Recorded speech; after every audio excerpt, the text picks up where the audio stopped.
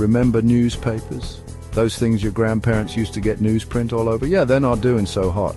These days, people get their news from Facebook or YouTube or TikTok if you're young enough to understand how that works. It's a whole new world, folks.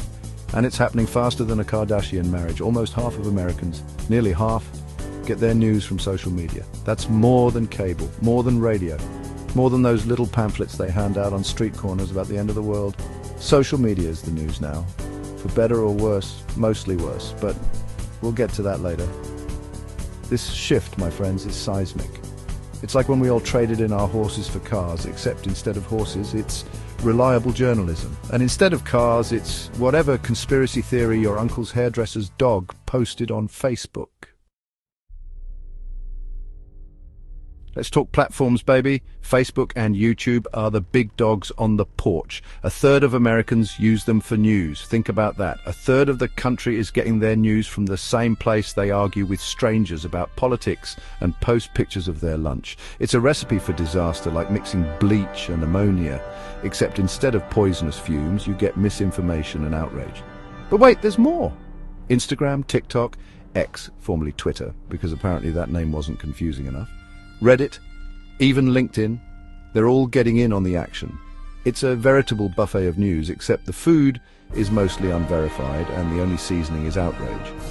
The problem here is obvious. These platforms weren't designed to be news sources. They're designed to keep you scrolling, to keep you engaged, to sell you stuff. News is just another form of content, another way to keep those eyeballs glued to the screen. The truth, well, that's often an afterthought. Okay, time for a little generational warfare. Let's break it down, folks. Gen Z, those bright-eyed youngsters who've never known a world without the internet, get most of their news from social media. They're glued to TikTok, scrolling through Instagram, and generally consuming information in bite-sized, easily digestible chunks. Hard-hitting investigative journalism, not so much. Republicans, bless their hearts, love themselves some social media news. They're all over Facebook, getting fired up about whatever the algorithm decides they should be angry about today. And when they're not on Facebook, they're on Truth Social, the digital echo chamber where facts go to die. Democrats, on the other hand, still cling to those old-fashioned notions of journalistic integrity. They're more likely to trust traditional news sources, though even they're not immune to the siren song of social media. The point is, folks, we're a nation divided. Not just politically, but also in how we consume our news. And that, my friends, is a dangerous thing. So, with all this social media madness going on, what's happening to good old-fashioned journalism? Well, it's not pretty. Newspapers are dying, cable news is struggling, and even those venerable institutions like the New York Times are feeling the heat.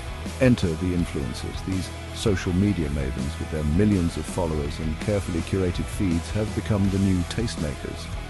They can make or break a brand with a single tweet, and they're increasingly shaping public opinion on everything from politics to fashion. This is both exciting and terrifying. Exciting because it gives a voice to those who have traditionally been marginalized by the mainstream media. Terrifying because, well, have you seen some of these influencers? They're not exactly paragons of journalistic integrity. The bottom line is this. The media landscape is changing faster than ever before, and as consumers of news, it's more important than ever to be critical of what we read, watch, and share. Because in the age of social media, the truth is often harder to find than ever before.